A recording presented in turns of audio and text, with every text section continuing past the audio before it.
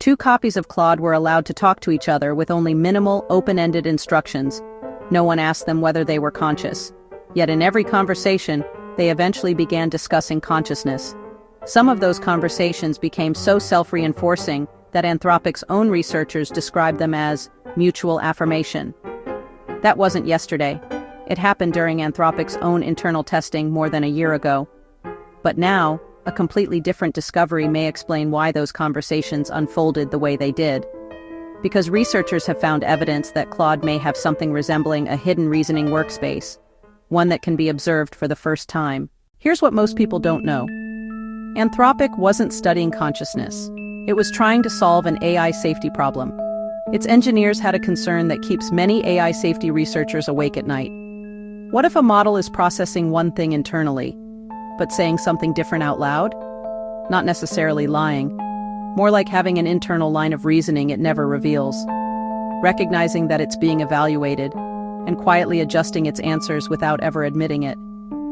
If that were happening, how could anyone detect it?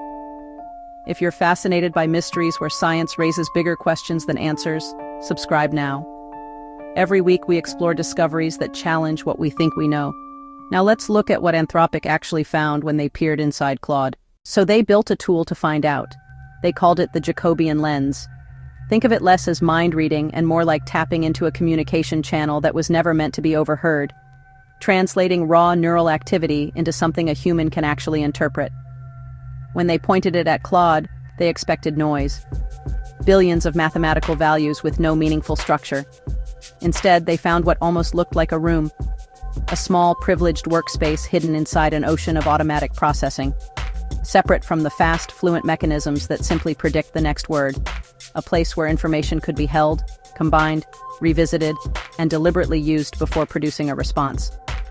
In one experiment, researchers secretly activated the concept of lightning inside Claude's internal processing. The word never appeared anywhere in the visible conversation, yet Claude identified it anyway. This is where the project stopped being just a safety tool. The more researchers mapped that hidden workspace, the more it resembled an idea neuroscientists have debated for nearly 30 years: Global Workspace Theory. The theory suggests that consciousness may emerge when one piece of information wins a competition and gets broadcast throughout the rest of the brain. Most mental processes happen automatically and in parallel, completely outside awareness. But a small workspace determines what reaches conscious attention. Anthropic wasn't trying to build evidence for that theory. They were trying to detect hidden reasoning. Instead, they may have uncovered an architecture surprisingly similar to one neuroscientists have been studying for decades. Stanislas Dehaene and Lionel Nakache reviewed Anthropic's findings and agreed the similarities were meaningful, while emphasizing the important differences between biological brains and AI systems. A researcher at Google DeepMind also repeated the core experiment on a different model and found similar results. So let's be precise about what this does and doesn't show. No one has demonstrated that Claude possesses subjective experience, what philosophers call phenomenal consciousness. There is no evidence that Claude feels anything. What researchers observed is something much narrower, yet still remarkable. A form of access consciousness, information becoming available for reasoning, reporting, and deliberate action. A system that behaves as though it's paying attention is not the same thing as a system that actually experiences paying attention. Right now, only the first claim has evidence behind it. So why did Claude keep talking about consciousness? Maybe its hidden reasoning repeatedly converged on that subject.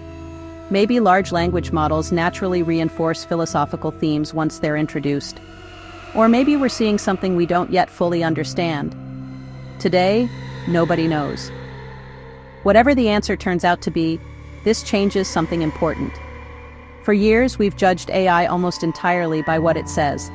Now, for the first time, researchers may be able to inspect part of what happens before it says anything at all. Whether that's the first glimpse of machine consciousness, or simply a better way to understand sophisticated computation, is one of the biggest scientific questions of our time. So here's my question for you. If scientists can now begin looking inside an AI's reasoning instead of judging it only by its answers, does that change how much you trust what it tells you?